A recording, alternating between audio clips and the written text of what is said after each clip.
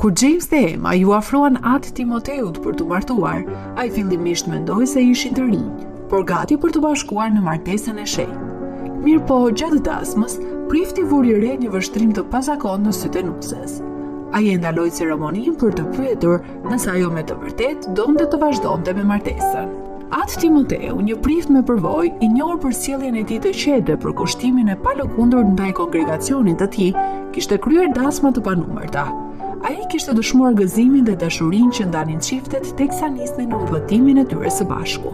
Megjithatë, në këtë ditë të veçantë, teksa qëndronte në altar gati për të bashkuar një çift të ri në martesën e shenjtë, ai ndjeu një energji të pazakontë në ajër. Dasma që po mbikëqyrte atë Timoteu ishte midis Emës dhe Jamesit, të dy në të 20-tat e hershme. Kur ata ju afruan për herë të parë për të zyrtarizuar dasmën, ai besoi se ata bën një çift të mirë dhe pa potenciale që ata t'i sillnin lumturi njëri tjetrit.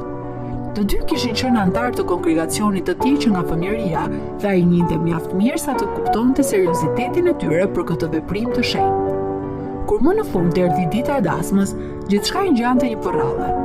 Kisha ishte stolisur me lule aromatike, vendi ishte mbushur me miq dhe familjar, duke pritur me padurim hyrjen madhështore të nuses.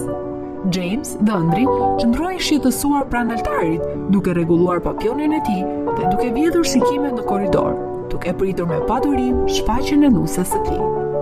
Fatmirësisht prifti shpejt të kërkoi të gjithëve të ngriheshin, duke nënkuptuar se dasma do të fillonte.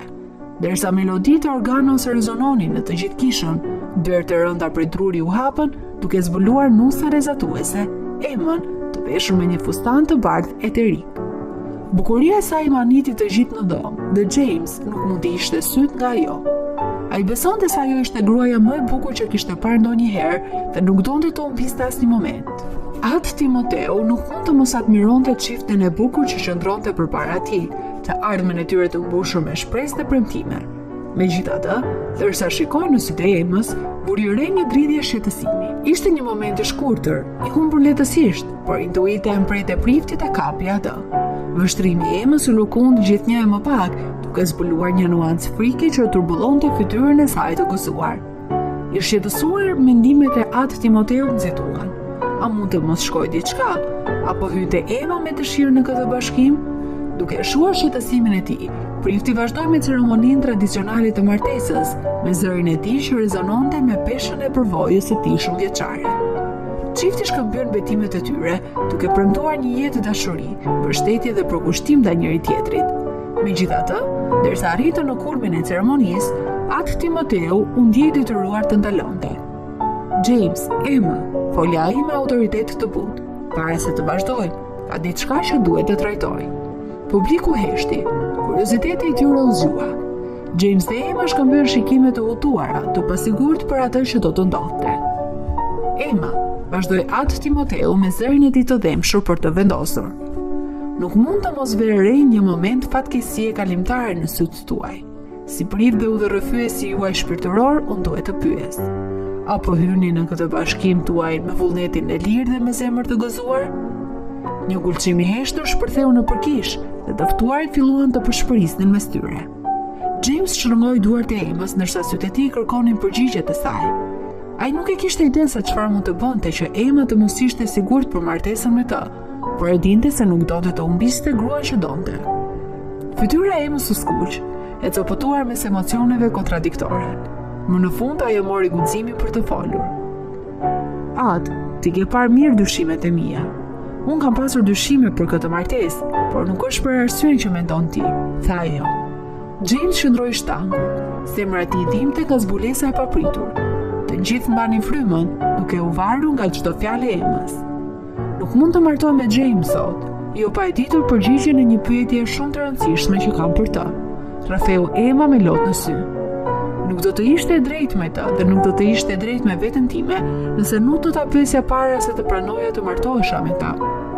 Më vjen vërtet keq që kam shkaktuar shqetësim apo shkënjim, foli Emma me sinqeritet. Atë Timoteu tundi kokën me mirëkuptim, me shprehjen e tij të mbushur me ndjeshmëri. Ai e binte se kishte marrë vendimin e duhur për të ndërprerë ceremoninë.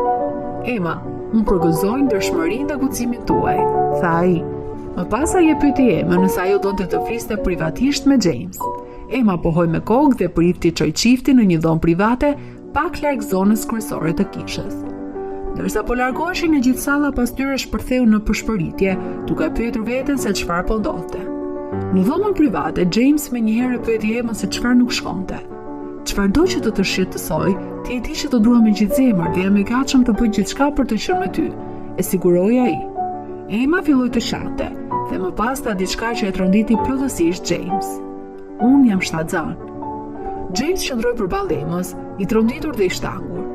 Ai kur nuk kishte dashur vërtet fëmijë dhe ja kishte bërë të ditur Emmës që kur i kishin filluar të takoheshin, nuk se shpjegoi se si kishte mbajtur met ato që ai kishte thënë se nuk donte fëmijë.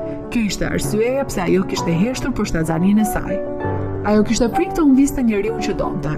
Megjithatë, kur erdhi koha për të bërë gruaja e tij, Emma e dinte se nuk mund të ta lejonte të martohej me të pa ditur të vërtetën. Ai meritonte të vendoste nëse donte të ishte me të dhe foshnjën, pasi heqja e tij nuk ishte një opsion për të. Pasi mori disa minuta për të kuptuar atë që sapo i kishte thënë e fejuara e tij, James e dinte saktësisht se çfarë do të thoshte. Emma, filloi ai. Do se është e vërtetë që kur u takuam për herë të parë, unë nuk doja fëmijë, pasi të kam njohur kam rënë në dashuri me çdo aspekt të ëndjel. Kjo nuk mund të më detyrojë të largohem prej teje. Dhe për të qenë i sinqert, mendimi të pasurit një mini vogëlushe që vrapon nëpër vend, me sy të bukur blu dhe flok bjond, më bën të buzëqeshme të madhe. Nuk mund të mendoja për asnjë lajm më të mirë që të ishte dhënë ditën që do të martohem me gruan që dua, tha James me zërin e tij të mbushur me sinqeritet. Pra, nëse do të më kesh mua, a do të doja akoma të bëhesh gruaja ime? Lotët filluan të rritnin përsëri faqeve të Emmës, por këtë herë ata ishin lot lumturie dhe lehtësimi. Ajo kishte pritur më të keqen kur i tha Jamesit për gjendjen e saj të vështirë. Fakti që ai donte të rriste fëmijën së bashku me të, e bëri zemrën e saj të fluturonte nga dashuria. Duke fshirë me kujdes faqet për të shmangur gabimet e mëtejshme të grimit, ajo buzëqeshi. Emma më pas i tha James se do të donte ende të martohej me të. Më pas të dy u kthyen te miqtë e familjarët e tyre dhe qëndruan para priftit. Çifti shkëlqeu i lumtur ndaj atë Timoteut dhe këtë herë prifti nuk pa absolutisht asnjë hezitim në fytyrën e Emmës kur e pyeti nëse ajo donte të martohej me burrin që kishte përballë.